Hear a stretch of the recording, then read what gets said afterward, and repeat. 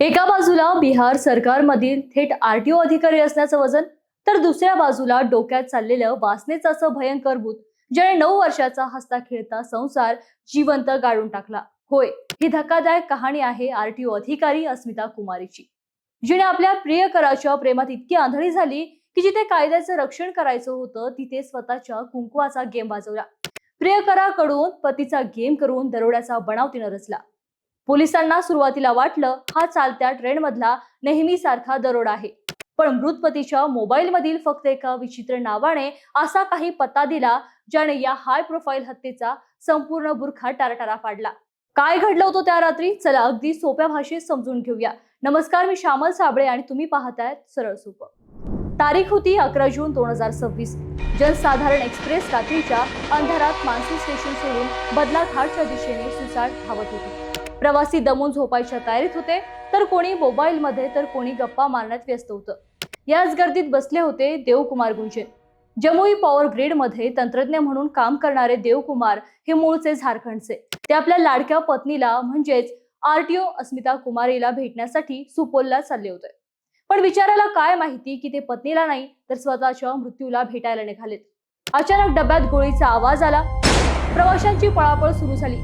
देवकुमार रक्ताच्या थारोळ्यात कोसळले होते. गोळी थेट त्यांच्या छातीला लागली होती. रुग्णालयात पोहोचण्यापूर्वीच त्यांचा श्वास थांबला. पतीचा मृत्यू झाला आणि घटनास्थळी एंट्री झाली आरटीओ अस्मिता कुमारीची.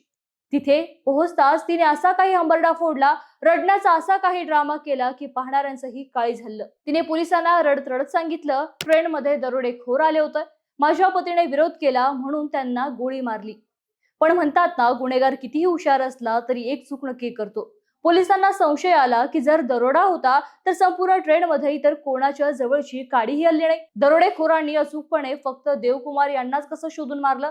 बस याच एका शंकेने तपासाची दिशा 180 अंशात फिरली. आता मैदानात उतरलं सायबर सेल. पोलिसांनी मृत देवकुमार आणि अस्मिताचे मोबाईल ताब्यात घेतले. जेव्हा देवकुमार यांच्या मोबाईलची कॉन्टॅक्ट लिस्ट तपासली तेव्हा पोलिसांना एक नंबर दिसला, जो सेव्ह केला होता कमिणा या नावाने.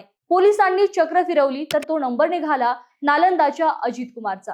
आणि जेव्हा पोलिसांनी अस्मिता आणि या कमिणा नंबरचे कॉल रेकॉर्ड्स बाहेर काढले तेव्हा पोलीस अधिकारीही डोक्याला हात लावून बसले. गेल्या एका वर्षात या दोघांमध्ये तब्बल 186 वेळा फोनवर बोलणं झालं होतं. सर्वात भयंकर म्हणजे हत्येच्या दिवशी म्हणजेच 11 जूनला पहाटे 3 वाजेपासून ते देवकुमार यांच्या छातीत गोळी लागेपर्यंत अस्मिता आणि अजित सतत व्हॉट्सअपवर लाईव्ह कनेक्ट होते. एकीकडे ती प्रियकराला पतीचं लाईव्ह लोकेशन देत होती, तर दुसरीकडे पतीला त्याच ट्रेननं येण्यासाठी गळ घालत होती. आता पोलिसांसमोर 9 वर्षापूर्वीचा इतिहास उघडा झाला होता. 2017 मध्ये सीतामढी येथे वीज विभागात 3 तरुण एकत्र कामाला लागतात. देवकुमार, अस्मिता आणि अजित. अस्मिता आणि अजित मध्ये तिथेच अफेअर सुरू झालं. पण 2018 मध्ये घरच्यांच्या सांगण्यावरून अस्मिताचं लग्न देवकुमारशी झालं. लग्न झालं, 2 वर्षाची गोड मुलगीही झाली. पण अस्मिताच्या डोक्यातून प्रियकर काही जात नव्हता. 2023 मध्ये अस्मिता आरटीओ अधिकारी बनली आणि तिची पोस्टिंग सुपोलला झाली. पण ती लांब राहत असल्याचा फायदा घेत या दोघांनी पुन्हा मर्यादा ओलांडल्या. पण त्याच्या या प्रेमात अडथळा होता पती देवकुमार. क्राईम पेट्रोल आणि सस्पेन्स सिनेमे पाहून त्यांनी प्लॅन केला की चालत्या ट्रेनमध्ये गेम करायचा, म्हणजे पोलीस त्याला दरोड्याची केस समजून फाईल बंद करतील. कोणताही ऑनलाईन डिजिटल पुरावा राहू नये म्हणून प्रियकर अजितने जहानाबादच्या राजू नावाच्या शार्प शूटरला 4 लाखांची सुपारी दिली आणि 1,60,000 रुपये कॅश ऍडव्हान्स दिले. या शूटरने आधी 3 वेळा या ट्रेनने प्रवास करून रेकी केली होती आणि अखेर 11 जूनला देवकुमार यांचा काटा काढला. पण पाप कधीच लपून राहत नाही. पोलिसांनी आधी शूटर राजूला उचललं. त्याला पोलिसी खाकी दाखवताच त्याने पोपटासारखं सगळं सांगायला सुरुवात केली आणि अखेर कायद्याने आरटीओ अधिकारी अस्मिता कुमार आणि तिचा प्रियकर अजित कुमार या दोघांच्याही मुसक्या आवळल्या. उच्च शिक्षण, समाजातील वजनदार पद, दरमहा चांगला पगार आणि घरात खेळती 2 वर्षाची निष्पाप मुलगी. पण केवळ अनैतिक संबंधाच्या हवास्यापोटी या महिलेनं स्वतःच हस्तखेळत जग उद्ध्वस्त केलं. एका निष्पाप पतीचा जीव गेला, प्रियकर तुरुंगात सडणार आणि त्या चिमुरडीचं भविष्य अंधारात गेलं.